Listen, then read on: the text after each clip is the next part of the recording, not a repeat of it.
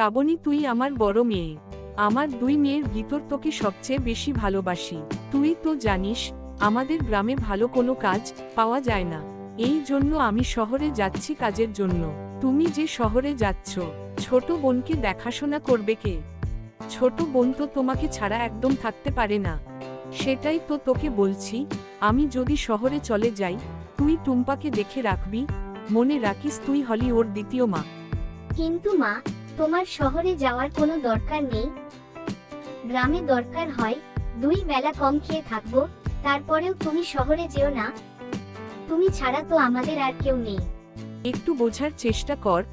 তোর বাবা মারা যাওয়ার পর ওদের 2 বোনকে আমি কোলে পিঠে করে মানুষ করেছি।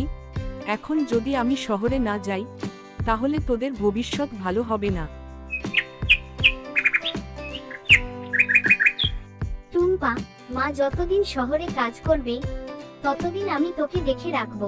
মা, আমি তোমাকে ছাড়া থাকবো না। টুম্পা, বোন আমার, মা যতদিন শহরে কাজ করবে, ততদিন আমি তোকে দেখে রাখবো।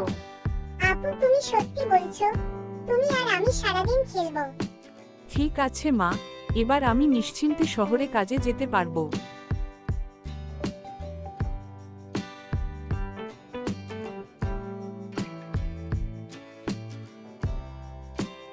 কিরে টুম্পা, তোর মা নাকি শহরে চলে গেছে কাজের জন্য?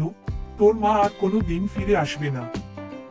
আজে বাজে কথা একদমই বলবেন না রহিম চাচা। আমার মা শহরে কাজের জন্য গেছে, ফিরে কেন আসবে না? আমার মা ঠিকই ফিরে আসবে, আমাদের 2 বোনকে ছাড়া একদম থাকতে পারে না। তোরা এসব বুঝবি না। তোদের বাবা মারা গেছে, তোদের মা শহরে গিয়ে আরেকটা বিয়ে করবে, ওখানে সংসার করবে, তোদেরকে নিতেও আসবে না।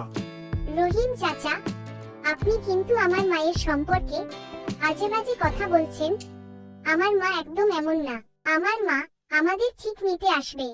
তোরা যদি মনে করিস তোদের মা আসবে তাহলে ঠিক আছে, কিন্তু তোরা 2 বোন কোথায় যাও? আমাদের বাড়িতে অনেক অভাব।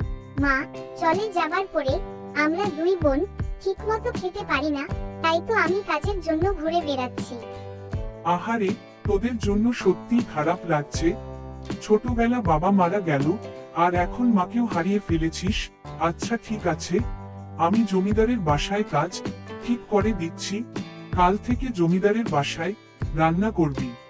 তুমি কি সত্যি বলছো? সত্যি কি জমিদারের বাসায় আমরা কাজ পাবো? আরে হ্যাঁ বোকা মেয়ে, তোর বাবা আমার বন্ধু ছিল, আমি তোদের জন্য এতটুকু করতে পারবো না? তুই আগামীকাল জমিদারের বাসায় চলে যাবি, সেখানে রান্নার কাজ করবি, আর মাস শেষে ভালো টাকা পাবি।